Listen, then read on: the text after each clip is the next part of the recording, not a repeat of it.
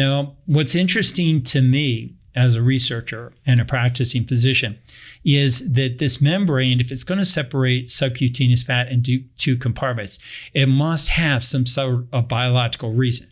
And it does so. And as it turns out, these two fat depots are like bricks and clouds different.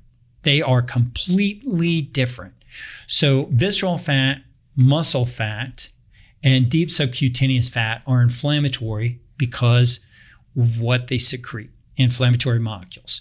Tumor necrosis factor alpha, interleukin 6, resistin, which is an interesting molecule that not a lot of people know about, and then many other chemokines, cytokines, adipokines that get released from these inflammatory molecules, many of which we still aren't even aware of because we're constantly learning about different things that are going on inside the body. So these induce inflammation and disease through the body, these three depots, because of those molecules that are getting spewed out every single second.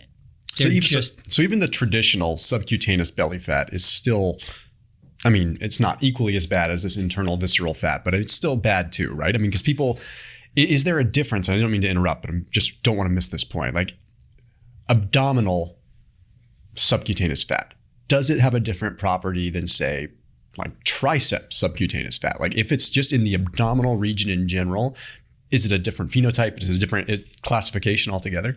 I freaking love that question. It's brilliant. It's a great question. It hasn't been studied, and I haven't looked enough, particularly at the other areas of fat, like on the extremities. I'm starting to look at that, and I'm asking the same question. And science really needs to look at that. Now, what we have looked at is right in this particular area, the deep subcutaneous fat and superficial subcutaneous fat. My guess is that these two different depots exist in other parts of the body. So we see this in the thoracic abdominal region, so the abdomen and the back and the torso.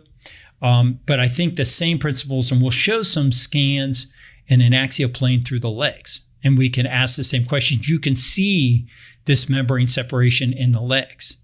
And so when we get to those, I'll address that